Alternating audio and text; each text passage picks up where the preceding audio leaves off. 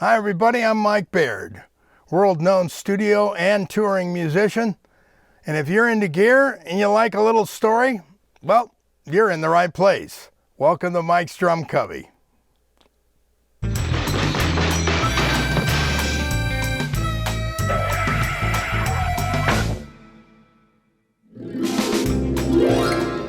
Hey Cubbers, if this is your first time to the Cubby, the channel is really about this big collection of gear I have, but usually the stuff I use the most or I've added to my collection, but I also review new stuff that's not part of my collection and share a story at the end. So you're going to want to stay tuned for that. So if you dig it, hit the subscribe button, give me a thumbs up, send me a comment. But today we've got the Kent.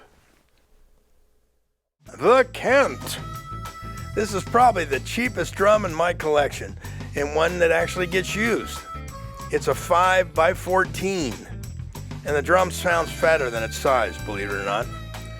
It likes the tuning up and down, and the story of how I got this is at the end.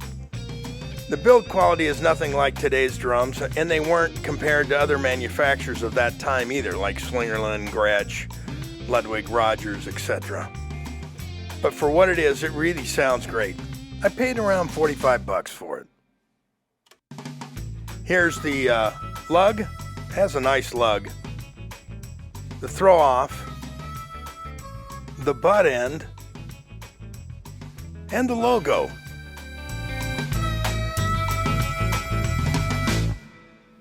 Okay, this is the Kent.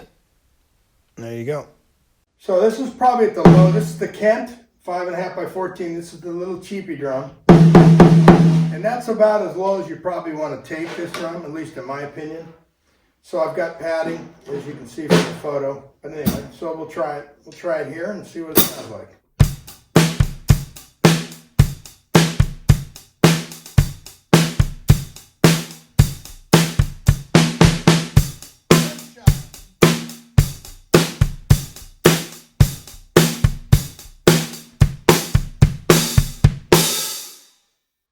Oh, it's a Kent, kind of medium tuning. And let's try this one.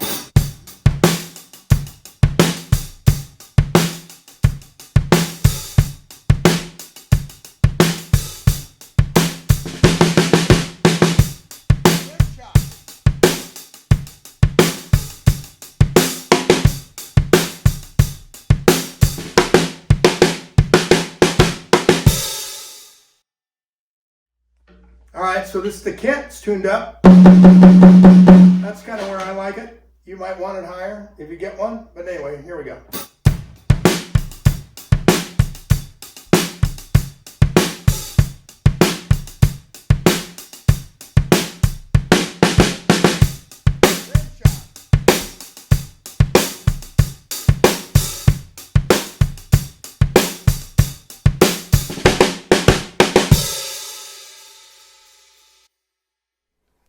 Okay, we're back. Anybody want to guess the weight of this drum?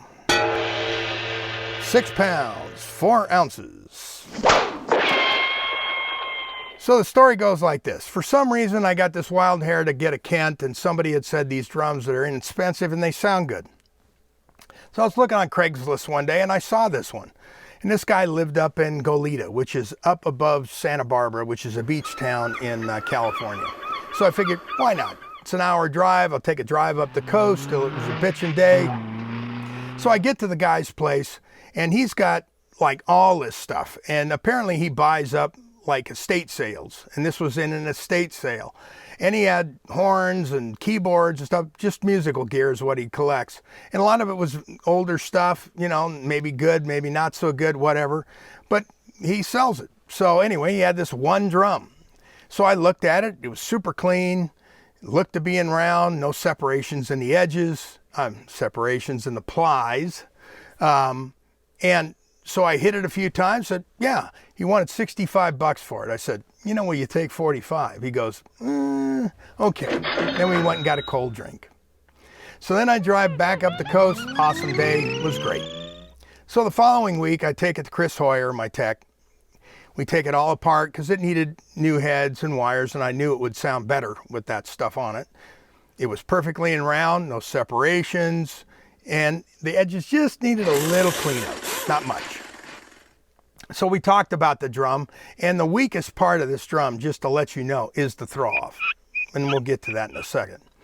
So anyway, that same week, I pick up the drum and I take it to a session. The session happens to be for an artist named Bob Malone, great keyboard player. Mentioned him in another video. He plays with John Fogerty at the time of this video.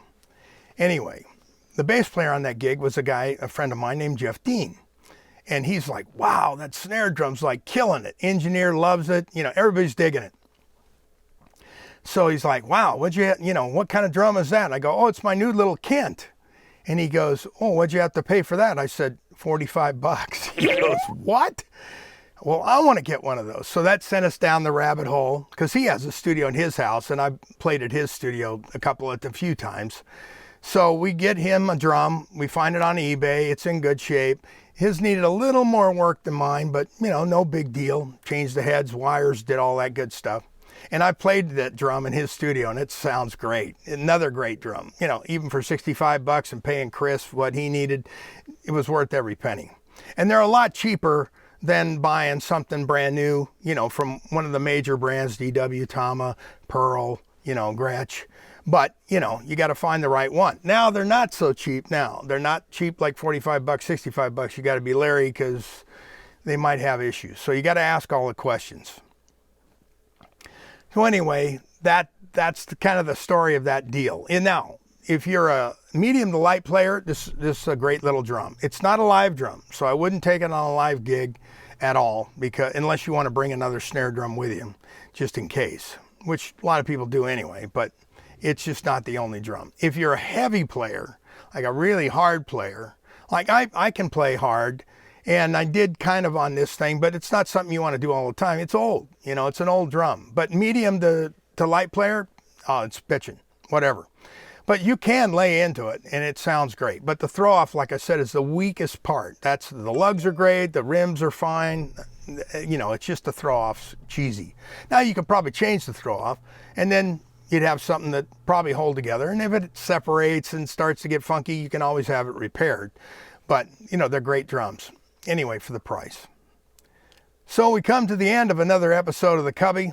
If you like the channel, hit the subscribe button, give me a thumbs up, send me a comment. Send me a comment about this drum if you have a Kent. Love to hear from you. And what do we say at the end? That's it. And we'll see you in a minute.